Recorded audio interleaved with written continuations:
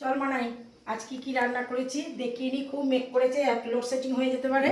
আর ভাত, গরম ভাত, আচ্ছা উচ্ছে আলু ভাতে, লঙ্কা রেখেছি, তেল টেল দেওয়া আছে, মাখবো। এই যে মুসুর ডাল, ঘন ঘন মুসুর ডাল, আর হচ্ছে ডিমের কেক।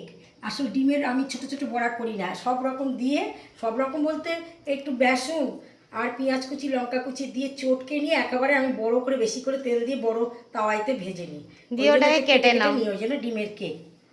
আচ্ছা কালকের কারে শুক্তো রয়েছে, আর ফুলকপি আলু চিংড়ি মাছের তরকারিও রয়েছে।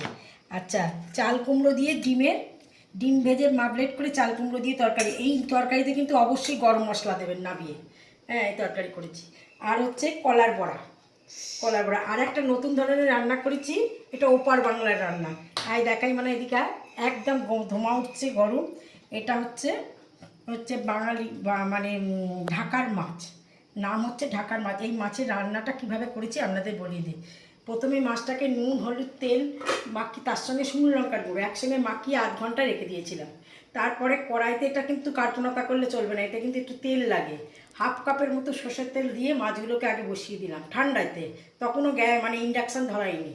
তারপরে এতে 3টে বড় বড় টমেটো কুচি কুচি করে কেটে, 5খানা লঙ্কা কেটে সাজিয়ে দিলাম।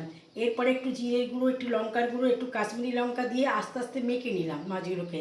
মেখে গরম জল দিয়ে দিয়ে দিলাম, দিয়ে গ্যাসটা ধরিয়ে দিলাম বা ইন্ডাকশানটা ধরিয়ে দিলাম, মানে খুব জোরে দিলাম। যেই মাছটা ফুট ধরলো সঙ্গে সঙ্গে একদম মাঝারি ফ্লেমে রেখে দিলাম। তারপরে আরও খানিকটা ফোটার পরে ওটাকে একদম কমিয়ে রেখেছি। এই যে মাছটা দেখুন কি দারুণ, এটা গরম ভাতে খেতে দারুণ লাগবে, দারুণ সুন্দর হয়েছে।